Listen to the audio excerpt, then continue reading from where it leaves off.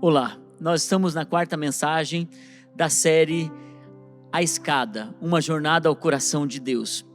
Nós vamos falar hoje sobre o Salmo 123, falando sobre o quarto degrau. É impressionante como quando nós olhamos para esse Salmo 123, que era parte desse compêndio de salmos que foi deixado porque eram cantados pelos peregrinos, pelos viajantes na jornada da sua casa até Sião, até Jerusalém, como uma forma de devoção e de adoração. É um salmo curto, de 4 versículos.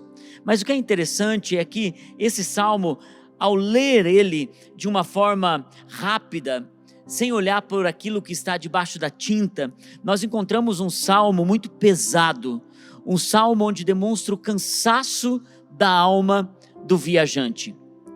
Talvez porque realmente essa faz parte das direções que nós caminhamos na nossa vida. Muitas vezes o cansaço, o desespero e as coisas que nós precisamos de um socorro, de misericórdia, como o próprio salmista, ele clama a Deus por misericórdia. Esse salmo nos conduz a encontrar o coração de Deus, um coração misericordioso, e entender que a misericórdia e a verdadeira misericórdia vem dos céus. Vamos ler juntos o Salmo 123, trazendo como o quarto degrau dessa jornada. Esses salmos, como eu disse para vocês anteriormente, são os salmos da peregrinação, os salmos de romagem, e são mais conhecidos como os salmos dos degraus. Salmo 123. A ti levanto os meus olhos, a ti que ocupas o teu trono nos céus. Assim como os olhos dos servos estão atentos à mão do seu Senhor, e como os olhos das servas estão atentos à mão da sua senhora, também os nossos olhos estão atentos ao Senhor, o nosso Deus, esperando que Ele venha e tenha misericórdia de nós. Misericórdia, Senhor, tem misericórdia de nós. Já estamos cansados de tanto desespero, estamos cansados de tanta zombaria dos orgulhosos e do desprezo dos arrogantes. Alguns dizem que esse salmo foi escrito quando Israel esteve exilado na Babilônia por 70 anos, um momento difícil que eles passaram. Outros dizem que esse salmo foi escrito quando o Antíoco Epifânio, o pior governador que eles tiveram e um homem mau, tirou deles o pior, e eles cantaram esse cântico pedindo misericórdia ao Senhor. Outros dizem que o salmo foi escrito na época de Neemias. É interessante que, ainda que o clamor desse povo fosse um clamor de desespero do coração, ele se assemelha demais com a nossa realidade.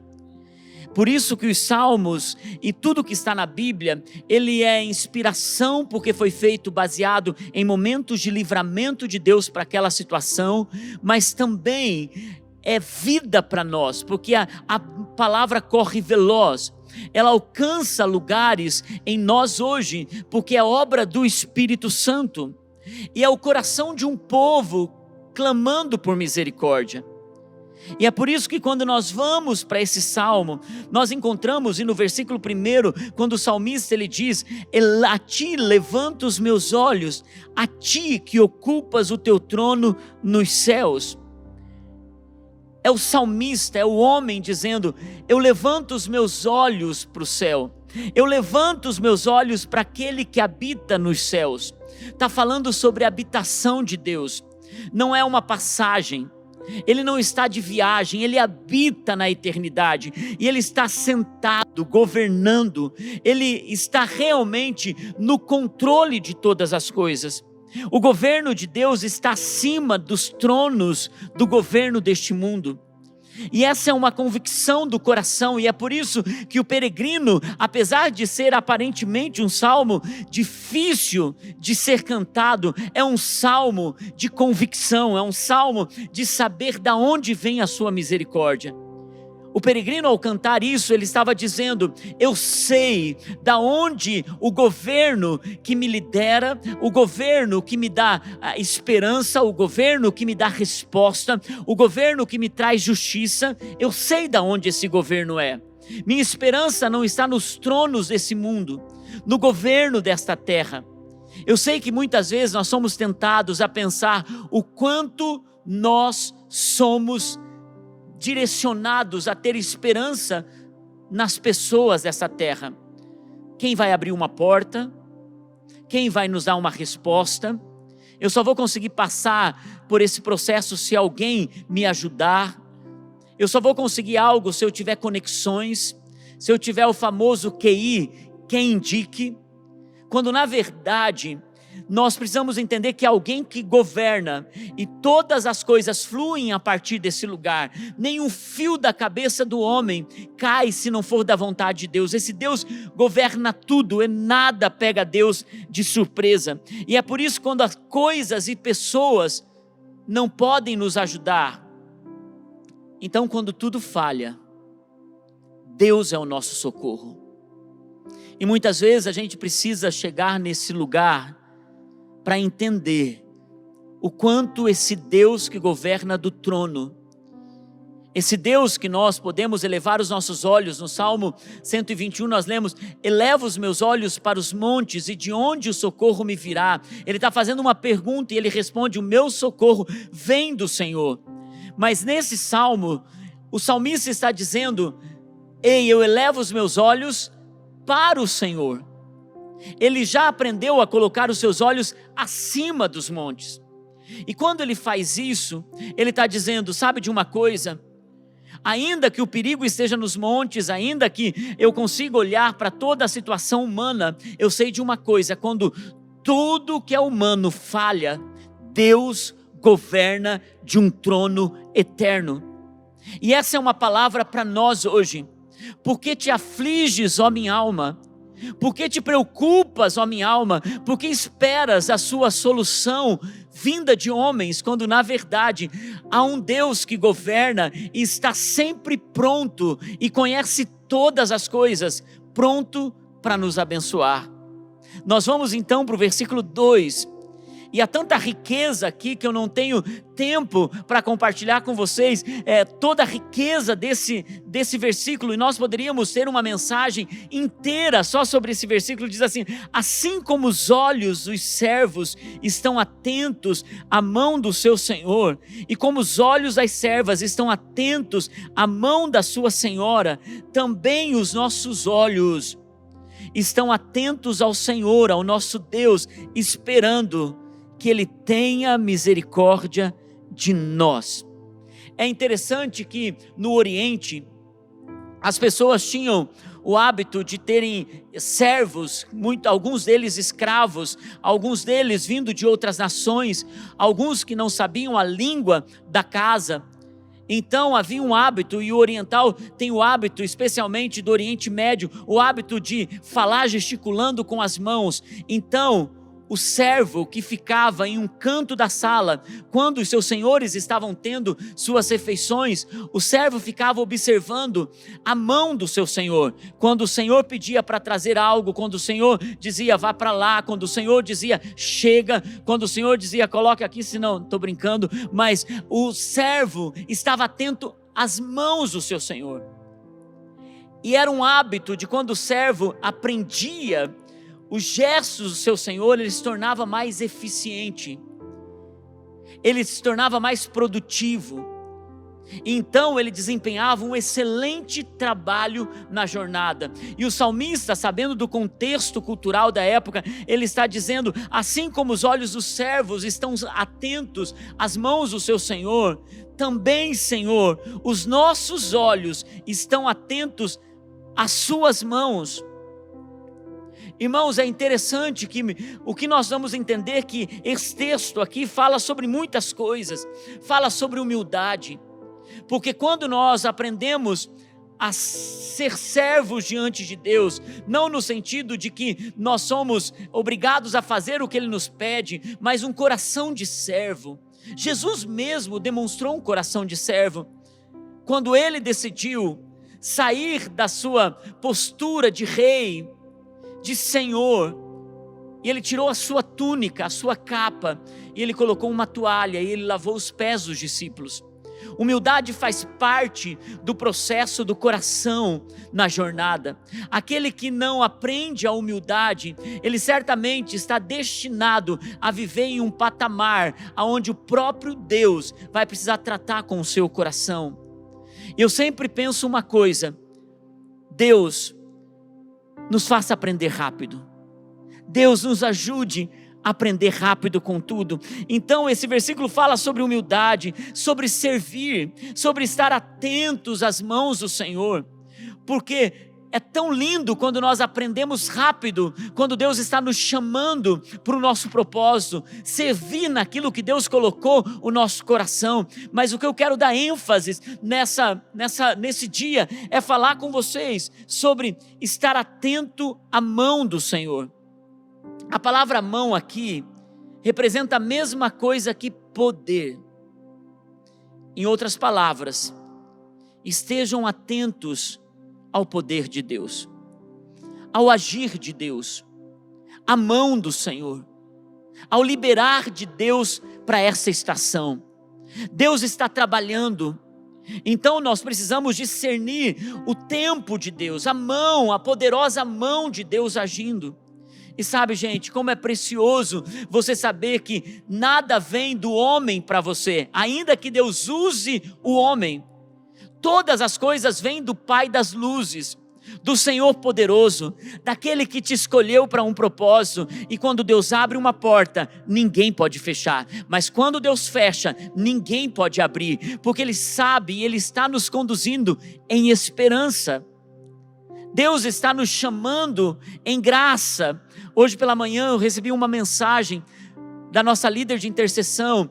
Nós estávamos compartilhando sobre coisas que Deus está fazendo, e ela me lembrou de uma grande batalha que nós enfrentamos o ano passado. E então ela tirou uma palavra do Senhor para nós, buscando em oração e em jejum, e o Senhor disse: eis que eu estou fazendo coisas novas, eis que eu vou colocar um anel de selar na mão do meu servo. E aquilo para a época parecia ser impossível. Meses depois, nós estamos celebrando o que Deus está fazendo. Nós estamos dizendo: uau, Deus, o Senhor vê além da curva, porque o Senhor governa de um alto trono. É como se Deus pudesse ver acima de um satélite poderoso, e Ele conhece, é muito mais do que isso, e Ele conhece todas as coisas. E é por isso que estar atento à poderosa mão do Senhor é quando Ele fala e as coisas ainda não existiram. A última mensagem que eu ministrei sobre essa série. Irmãos, é tão lindo quando você confia no Deus que está se movendo, e nós discernimos: Deus quer isso agora, Deus está trabalhando dessa forma nesse momento, Deus está agindo assim agora. É precioso quando nós aprendemos isso na jornada. Por isso, esse quarto degrau fala sobre: aprenda a confiar na misericórdia do seu Deus. Nós vemos ainda o salmista dizendo, aqui no versículo 2 ainda, ele diz que os nossos olhos estão atentos ao Senhor.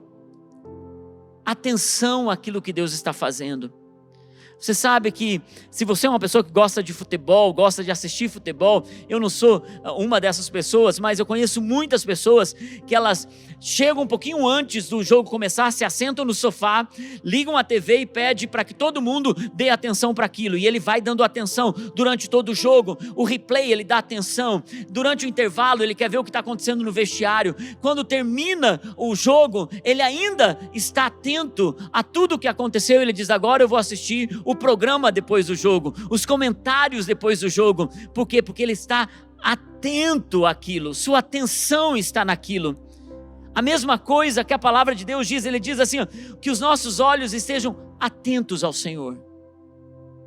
Muitas vezes, muitas coisas tiram o nosso olhar daquilo que Deus está fazendo.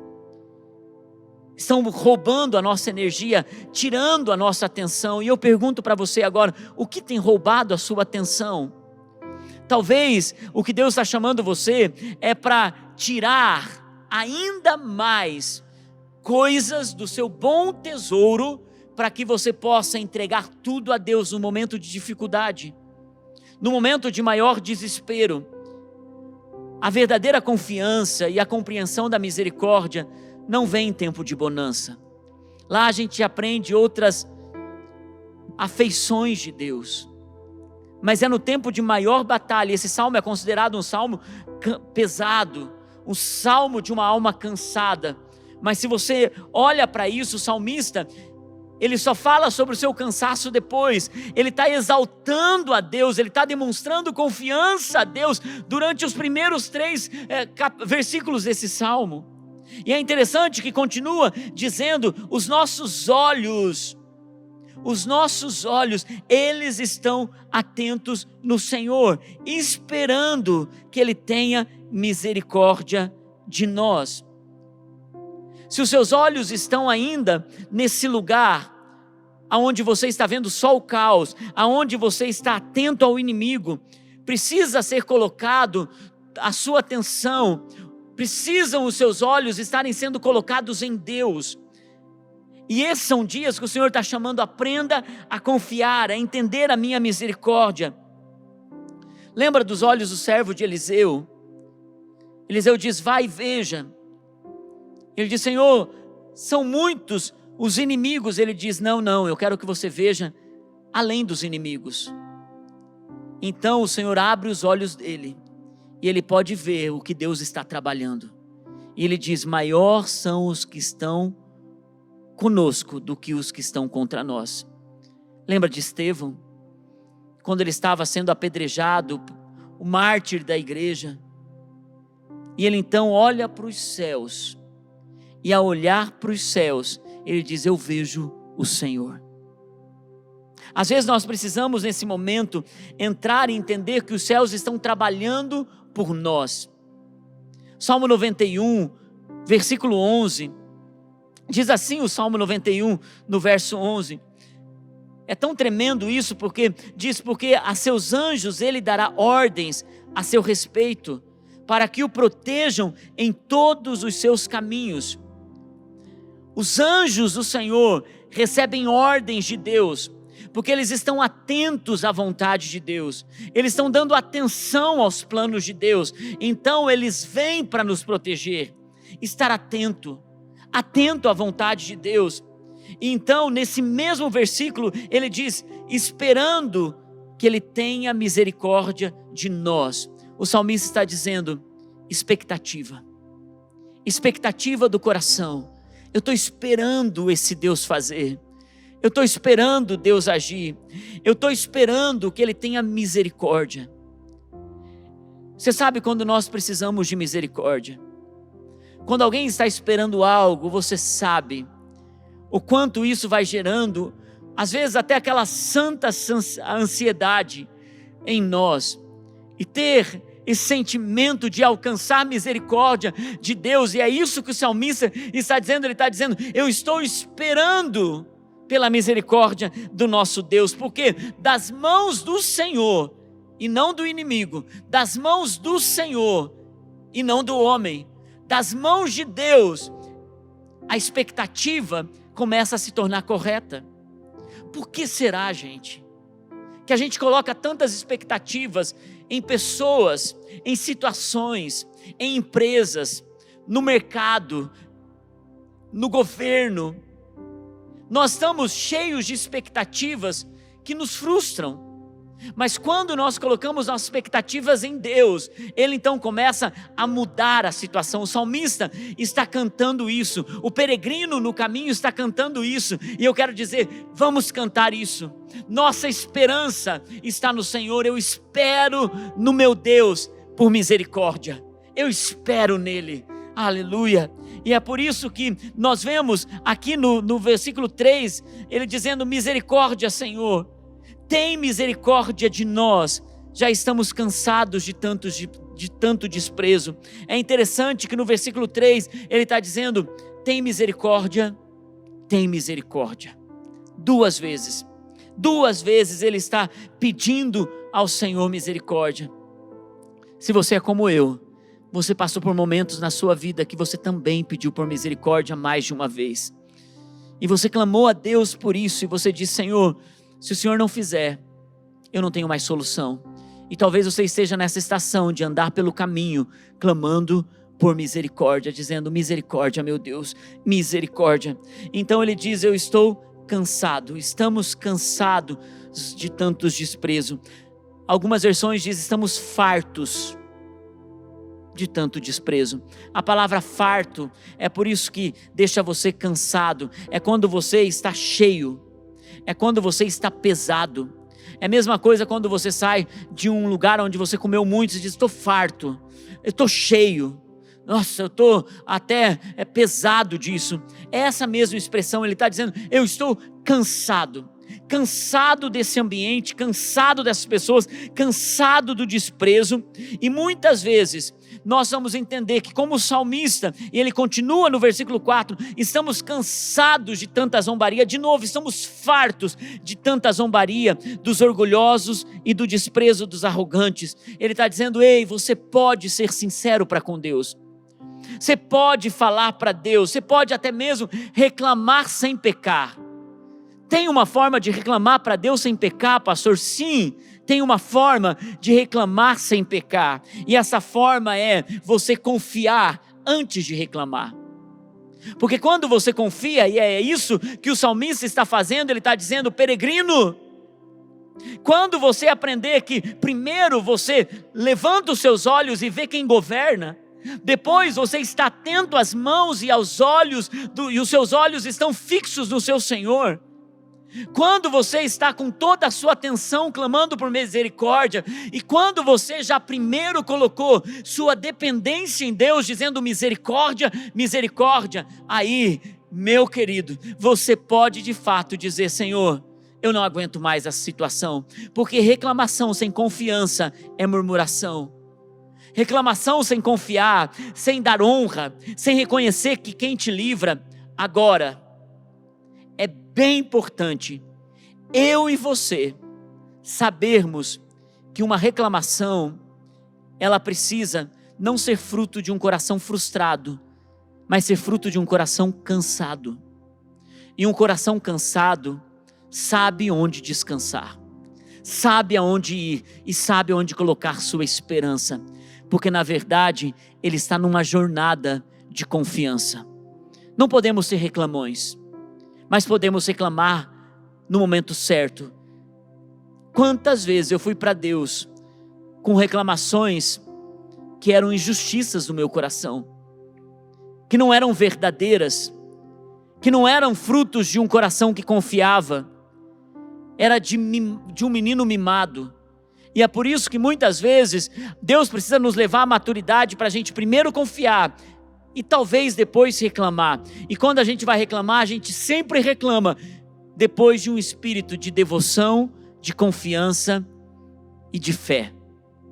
E nós chegamos então, quando o salmista diz: estou farto de problemas. E o Senhor está dizendo para você: se você de fato está nesse momento farto dos seus problemas, você está na jornada correta. Você está indo para o lugar da tua esperança, porque é lá e logo ali, na presença de Deus, onde você vai poder entender que os olhos do Senhor passam por toda a terra e se faz fiel para com todo aquele que busca a sua face. Queremos buscar a face de Deus e queremos olhar para Ele. Suas mãos, ou seja, o seu poder está se movendo sobre nós. Sim, mas antes, olhe para aquilo que Ele está fazendo na eternidade. Ele é com você e Ele é por você. Deixa eu orar com você nessa mensagem. Pai, eu quero declarar sobre os meus irmãos que a mensagem do poder de Deus alcance cada coração e lidere eles para um novo tempo, uma nova hora, que os nossos olhos possam ser conduzidos para a Tua face, por Teu poder das Suas mãos, mas que nós possamos, Senhor, confiar na Tua misericórdia. É a nossa oração, em nome de Jesus. Amém. Deus abençoe sua vida, Deus abençoe a sua família.